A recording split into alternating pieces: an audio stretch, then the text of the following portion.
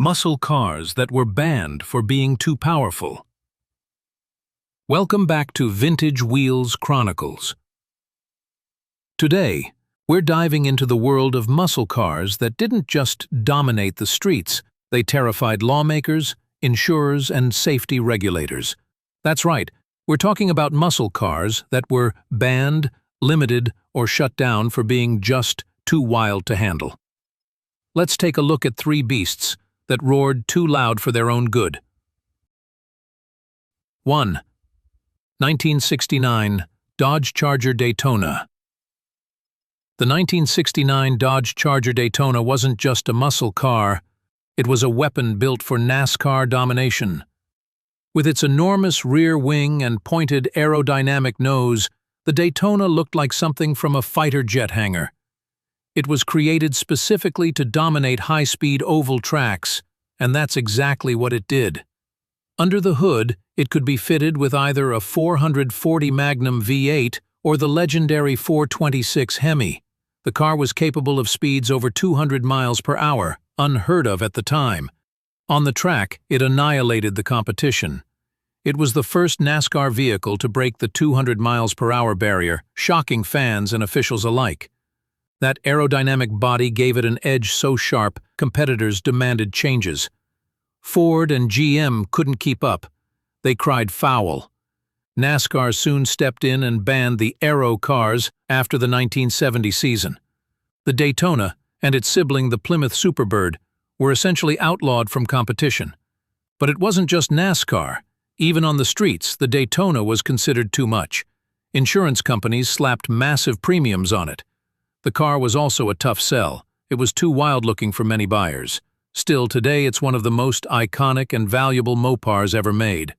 Only around 500 units were built to meet homologation rules. Collectors pay well over $300,000 for clean examples. It wasn't just banned for being fast, it was too ahead of its time. With drag coefficients that rival modern sports cars, the Daytona was an engineering masterpiece, but that didn't save it from the rulebook. Its success forced NASCAR to introduce regulations to level the playing field. This was the beginning of the end for the true, unlimited muscle car era. And in many ways, the Charger Daytona went out on top, banned but undefeated. It's a prime example of what happens when engineering meets ambition without limits. People feared it, officials restricted it, but enthusiasts loved it. Its legend only grew after being shut down. Today, it stands as a monument to unfiltered automotive performance. It broke records, it broke expectations, and then it broke the rule book. A car so fast they had no choice but to ban it. 2. 1973 Pontiac Trans Am Super Duty 455, SD-455. The 1973 Pontiac Trans Am SD-455 was a rare beast in a time when muscle cars were being declawed. As emissions regulations and insurance costs were killing off horsepower, Pontiac dropped a bomb. They introduced the Super Duty 455, a hand-built, track-ready V8 that was basically a race engine. This wasn't your average big block. It had reinforced internals, round port heads, forged pistons, and an upgraded camshaft. It was the most powerful engine Pontiac had ever put into a street car. Despite the growing restrictions, this car still put out over 310 horsepower, grossly underrated. It could run the quarter mile in the low 13s, right out of the box.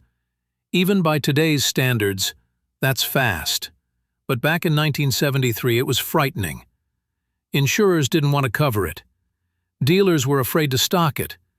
And GM's own upper management was uncomfortable with how far Pontiac was pushing the limits. The SD-455 was too raw, too aggressive, too race-focused.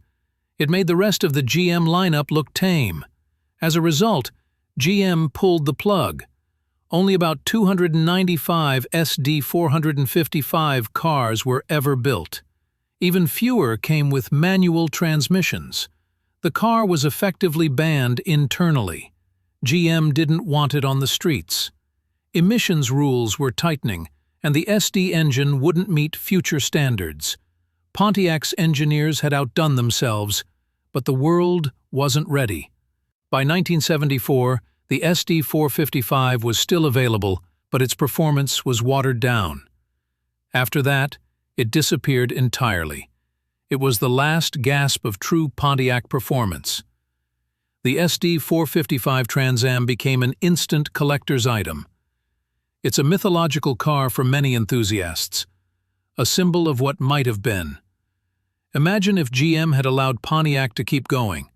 The SD-455 might have changed muscle car history, but it was too risky, too hot to handle. Pontiac proved it could still build monsters, even in the age of regulation. But that power had consequences. The SD-455 became the final warning from the muscle car gods before the lights went out. Today, it's revered, but back then, it was silenced, a legend, cut short.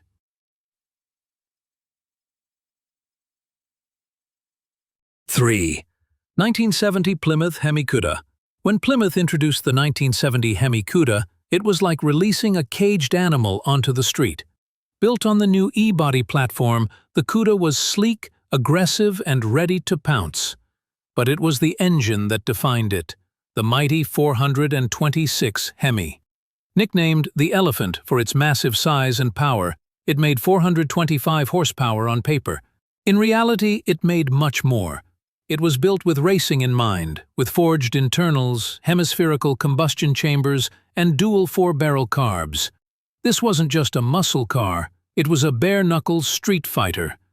It could hit 0-60 in under 6 seconds and destroy quarter miles in the low 13s. For 1970, that was shocking performance. But it came at a cost. HEMI engines were expensive to produce and difficult to insure. Many dealers refused to order them due to low sales potential and high liability. Parents didn't want their kids driving one. Insurance companies slapped massive surcharges on anyone who tried. Federal regulators started looking closer at cars like the HEMI Cuda. It was seen as dangerous, reckless, and indulgent in a time when the world was calling for safety and fuel efficiency. By 1971, regulations began choking the performance. Compression ratios dropped. Horsepower numbers started to slide. By 1972, the HEMI was officially dropped from the lineup. It was essentially banned by economics, politics, and fear.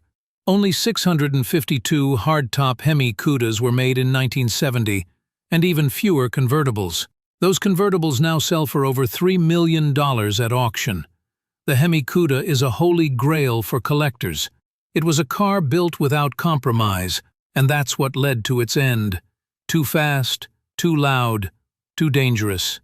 It wasn't just a car, it was a statement, and that statement got it pushed off the road. Today, it's one of the most revered muscle cars of all time, and one of the few cars that were in every sense too powerful to last. These cars weren't cancelled because they failed, they were cancelled because they succeeded too well. They pushed the boundaries so far the system had to push back. That's what makes them legends. If you loved this deep dive into Outlaw muscle, make sure to subscribe, hit the like button, and drop a comment below. Which of these beasts would you dare to drive?